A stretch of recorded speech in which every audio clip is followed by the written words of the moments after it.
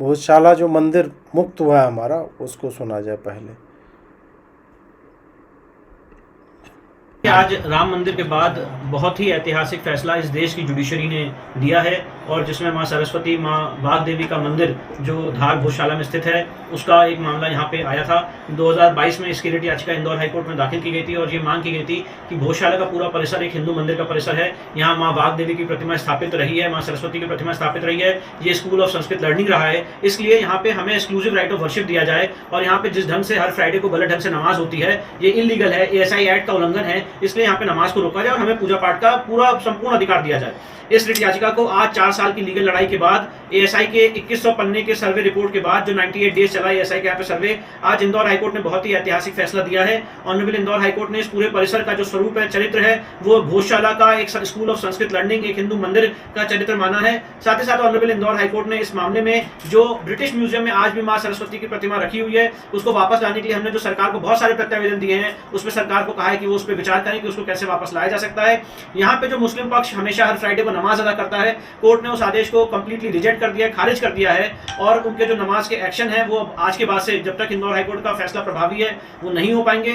साथ ही साथ कोर्ट ने जो मुस्लिम पक्ष उनको कहा है कि अगर वो मस्जिद के लिए कोई जगह चाहते हैं तो वो प्रत्यावेदन दे सकते हैं सरकार को, और फिर सरकार उस प्रत्यावेदन को कंसिडर करके उनको अल्टरनेट लैंड देने पे विचार करे। 7/4/2003 का नोटिफिकेशन है आर्कियोलॉजिकल सर्वे ऑफ इंडिया का, तो उसका जो सेकंड पार्ट है, जो वहां पे नमाज की इजाजत देता है, उसको आज हाईकोर्ट ने कंप्लीटली रिजेक्ट किया। पूरी तरीके से वहां पे पूजा होगी, क्योंकि नमाज का जो आदेश है उसको हाईकोर्ट ने निरस्त कर दिया। जैन समाज की याचिका थी सलग चंद जैन की तरफ से, उसको, उस याचिका को भी कोर्ट ने खारिज किया है। मैं आपको बताना चाहता हूं, 2 ही ऐसी याचिकाएं हैं जिसको कोर्ट ने अलाउ किया है। जो हमारी लीड मैटर था हिंदू फ्रंट फॉर जस्टिस का, कोर्ट ने उस याचिका को आज पूर्णतः अलाउ किया है, और साथ ही साथ जो दूसरी रिट याचिका इससे कनेक्टेड थी कुलदीप तिवारी की तरफ से, कोर्ट ने उस रिट याचिका को भी पूर्णतः अलाउ किया है। बाकी जो चारों याचिकाएं थी, मौलाना कमालुद्दीन की तरफ से, काजी जकीउल्लाह की तरफ से, सलग चंद जैन की तरफ से, इन सारी रिट याचिकाओं को कोर्ट ने, अंतर सिंह की तरफ से, इन सारी रिट याचिकाओं को कोर्ट ने खारिज किया है। अंतर सिंह के मामले में कोर्ट ने कहा क्योंकि हमने सारी रिट याचिकाएं यहाँ पे अलाउ कर दी हैं, इसलिए अब उसमें कोई आदेश पारित करने की जरूरत नहीं है। तो एक तो मुसलमान जो है वो लगे हुए थे कि नहीं नहीं, ये कमाल पाशा या जो भी है, वही क्या कमाल मौला कुछ जो है वो मस्जिद है, इनको लगता है नाम दे दो, हो गया अपना, ठीक है।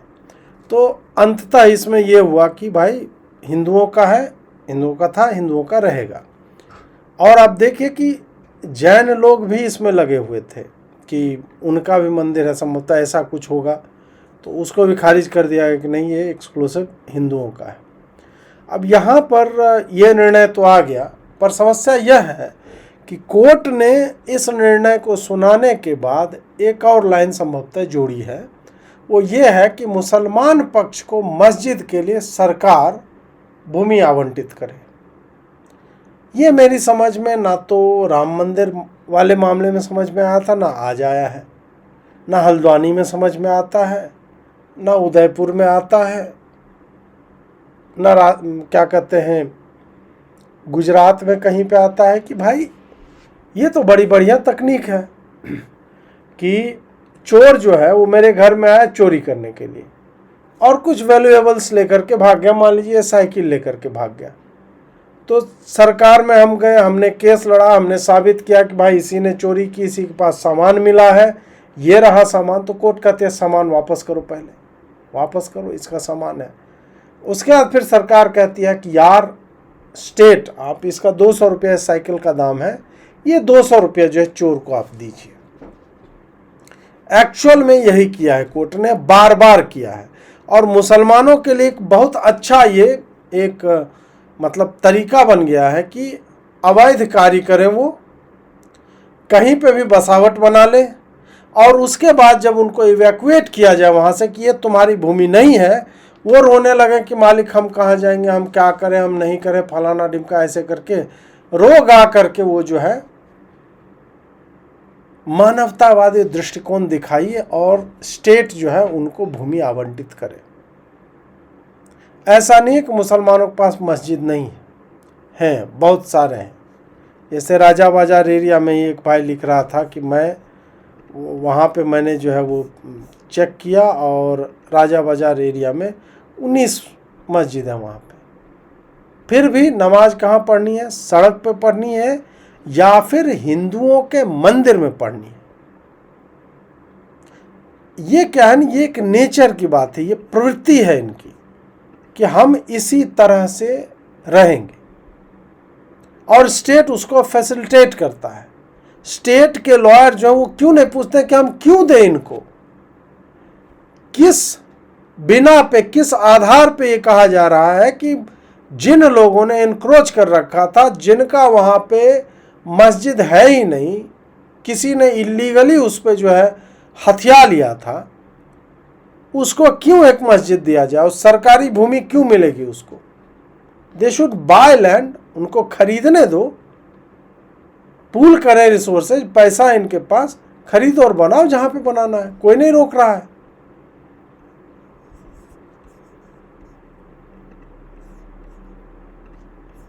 सत्य कभी पराजित नहीं हो सकता, सत्य संघर्ष अवश्य करना पड़ता है। आज भारत के इतिहास में यह सच साबित हो रहा है कि भारत के सनातन हिंदू धर्म पर लगातार हमले होते रहे। मुगल आक्रमणकार आए, मंदिर तोड़े, मठ तोड़े, वेदों को जलाया, पुराणों को जलाया, लाखों करोड़ों हिंदुओं का रक्त इस जमीन पर गिरा, लेकिन हिंदू इसके बाद भी लड़ता रहा अपने धर्म के लिए, अपने हिंदुस्तान के लिए, अपनी संस्कृति के लिए। आज धार के भोजशाला का भी जो निर्णय है वो इसी का परिचायक है कि लंबे समय तक धार और उसके आसपास के सनातनियों ने संघर्ष किया, इसके बाद आज न्यायालय के द्वारा उनको जीत हासिल हुई है। ये कैसी विटंबना है कि जो दुनिया को न्याय देता था उस परमात्मा को भी आज न्यायालय के शरण जाना पड़ता है। पर फिर भी न्यायालय के प्रति जो हमारी उदारता है, न्यायालय के प्रति जो हमारा दृढ़ विश्वास है कि सत्य जीतेगा, सत्य पराजित नहीं हो सकता, आज उस सत्य की जीत पर मैं करोड़ों हिंदुओं की कुर्बानी के बाद भी उन बलिदानी सूरवीरों को नमन करता हूं। और सनातन की ये जो विजय हुई है, ये जो जीत हुई है, ये जो न्याय मिला है, इस न्याय का हम सम्मान करते हैं। हम उम्मीद करते हैं कि मुसलमान इस परिस्थिति को समझेंगे और जहां जहां हिंदुओं के स्मृति चिन्ह हैं, जहां जहां हिंदुओं के मंदिर हैं, जिन मंदिरों को औरंगजेब ने, अकबर ने, बाबर ने, हुमायूं ने, गजनवी ने, इन लुटेरों ने आकर तोड़ा है, इन मंदिरों को वो हिंदुओं को फिर से वापस करके दोस्ती का हाथ बढ़ाएंगे। अगर ऐसा नहीं हुआ तो न्यायालय की लड़ाई हिंदू लड़ता रहेगा। गलत बोल दें लास्ट में न्यायालय की हिंदू, ना ना, न्यायालय की लड़ाई कब तक लड़ोगे भाई, मतलब वो नहीं मानते ना ये सब। कब तक न्यायालय में जाओगे, 4 साल लड़ोगे, वकील को पैसा दो, 50 तरह का झंझट है। ये मुझे नहीं लग रहा है कि ये बढ़िया अप्रोच जो है वो है। अब भोजशाला का एरियल व्यू देखिए, ये है माँ बागदेवी यानी सरस्वती माता का गर्भगृह, हवन कुंड, और देखिए दरगाह बना दी प्रॉपर इन्होंने। 2016 में नमाज देखिए कहाँ पे पढ़ी गई है, और मस्जिद मतलब जहाँ खड़ा था वहाँ गुंबद उम्बद जो है डाल करके अपना कुछ भी जो है ये कर दो। ये 11वीं 12वीं सदी का ऐतिहासिक स्थल है। राजा भोज ने ये ज्ञान कला के अध्ययन के लिए बनाया था, और मुस्लिम इसे कमाल मौला मस्जिद बोलते थे, और हिंदू पक्ष जो है बढ़िया कमाल मौला मस्जिद, मतलब जो खाली जगह है उसको, ये मस्जिद है भाई, ये कमाल मौला मस्जिद है। अब कमाल नहीं हो पा रहा है मस्जिद में। अब तर्क जो है, तर्क से पहले मुझे लग रहा है ओवैसिया कुछ बोला है ना इस पे, ये ओवैसी, अरे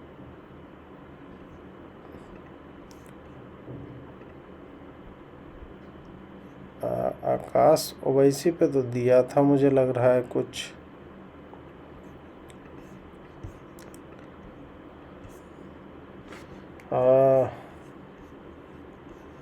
एक मिनट, भोज भोज भोज भोज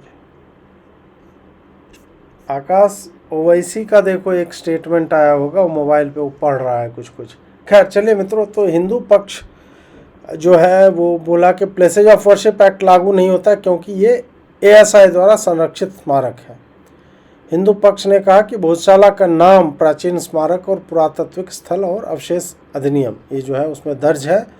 2024 में जो है केस में दिए गए तर्क भोजशाला में लागू नहीं हो सकते।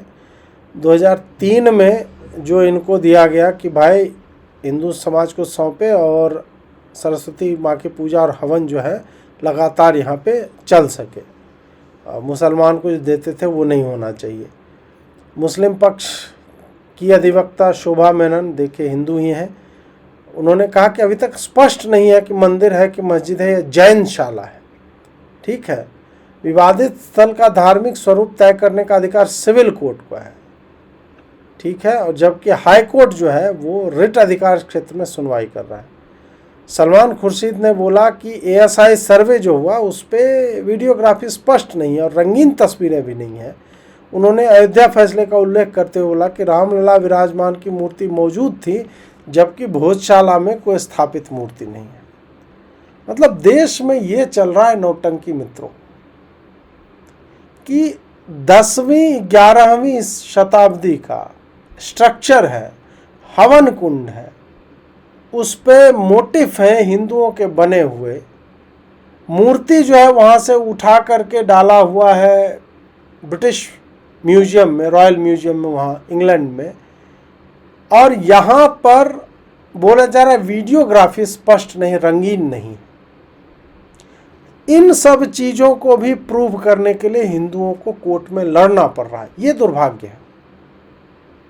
मतलब रैंडम जगह को आप बोल दो कि ये हिंदुओं का नहीं है, जैनशाला भी हो सकती है। ये एक नया चीज़ आया है कि बौद्ध स्थल भी तो हो सकता है। तो यदि तुम बौद्ध स्थल मानने को तैयार हो, तुम मुसलमान का नहीं है ना, तुम निकलो यहाँ से, पहले तुम यहाँ से निकलो। अब हिंदू और बौद्ध निपट लेगा, हिंदू और जैन निपट लेगा कि किसका स्थल है और कहाँ पे है। मुझे दुख इसी बात का होता है कि ये सब चीज़ें इंटरटेन की जाती हैं। फिर देखिए ऑर्डर आया कि हमने जो है नोट किया कि यहाँ पे लगातार हिंदू वर्शिप जो है पूजा होते रहे, और हम हिस्टोरिकल लिटरेचर भी देख रहे हैं, उसमें हम मान रहे हैं कि ये संस्कृत शिक्षा का एक बहुत बड़ा केंद्र था राजा भोज के समय से, और माता सरस्वती जो धर्म स्थापित हैं उनको डेडिकेट किया गया ये मंदिर है, ये इस्टेब्लिश हो चुका है। इसलिए भोजशाला जो है वो temple of goddess Vagdevi Saraswati जो है उसका है, और मुसलमान यहाँ पे जो है अब नमाज उमाज जो है वो नहीं पढ़ सकते हैं।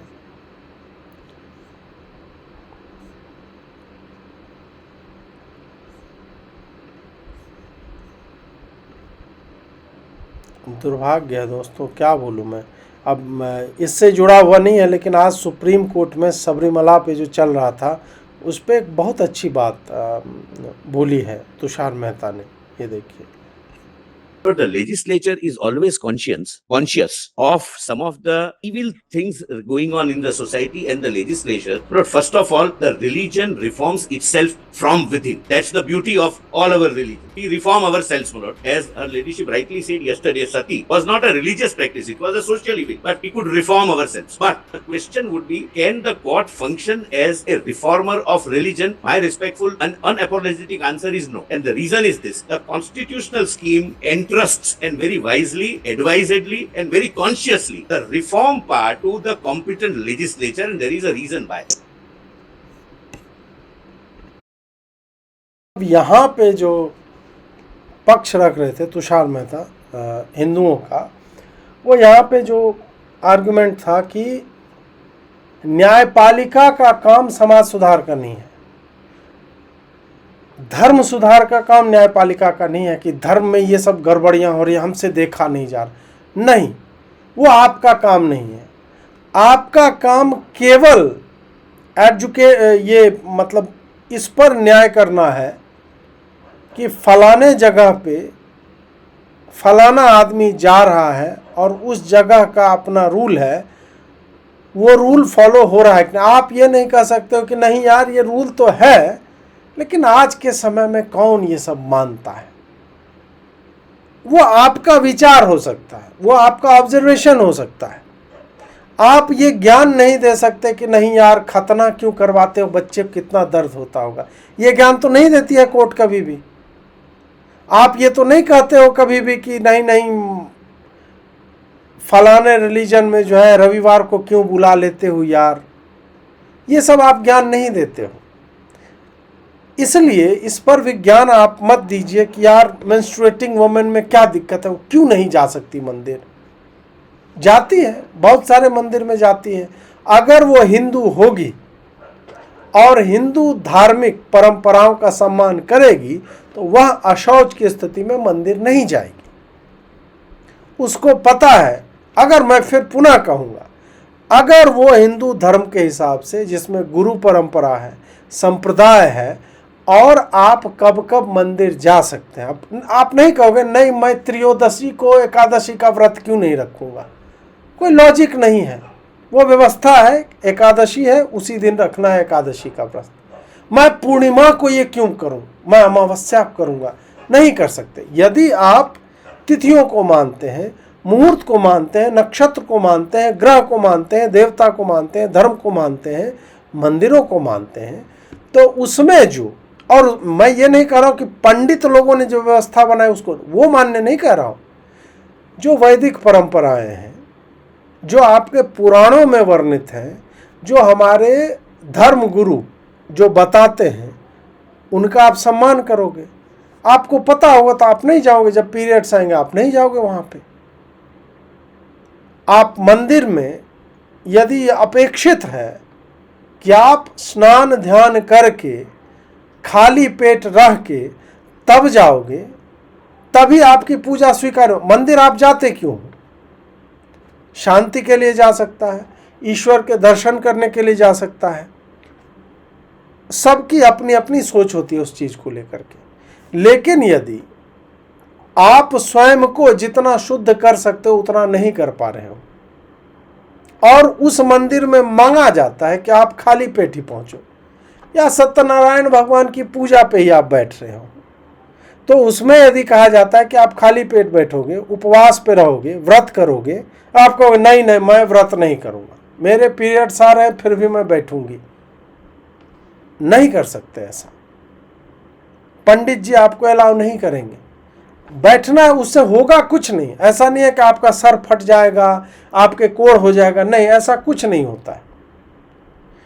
बट पूजा पाठ या फिर सबरीमला मंदिर में हम जिस कार्य से जाते हैं, जिस हेतु हम जाते हैं, यदि उसके लिए कोडेड प्रोसीजर है, जैसे एक प्रोग्राम है कंप्यूटर का, उसमें आप C++ यदि आप पढ़ते हो तो उसमें C in C out ये सर क्या आप इफ एल्स ये सब कमांड आप डिफाइन करते हो ना, कुछ कुछ चीजें।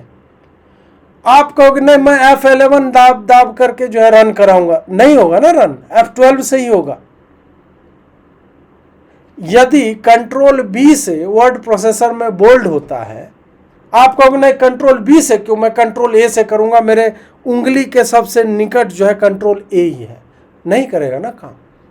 उसी तरह एक मंदिर है, उसकी एक सैंक्टिटी है, उसमें यह मान्यता है। हाँ, आप मान्यता मानते ही नहीं हो, जब नहीं मानते हो तो फिर आपको क्यों जाना है वहां पे, और मानते हो तो जो प्रोसीजर्स है लेड आउट उसको आपको मानना पड़ेगा। समाज को कोई समस्या, और दुर्भाग्य जानते हैं आप, ये केस कैसे आया सबरीमला का। एक भाजपा नेता है, उसकी पत्नी ने बरखा दत्त का कुछ आया था इस पे, उसको लेकर के बवाल क्या उसने केस किया हुआ था। नमूने भाजपा में भरे हुए हैं। ऐसे ही एक और केस दीपावली वाला, नड्डा जी की पत्नी ने किया था कि दिवाली में पटाखे क्यों चलते हैं, उसके बाद बैन लगता है। तो हैं जेम्स हैं इन लोगों में भी भरे हुए हैं जेम्स। तो यहाँ पे जो बोला जा रहा है वही कि रिफॉर्म समाज स्वयं करता है अपने आप को। हमें लगेगा कि यह परंपरा अनुचित है, परंपरा की मैं बात कर रहा हूँ, ठीक है। जो पूजा की पद्धति है उसमें रिफॉर्म होने के चांसेस बहुत कम होते हैं।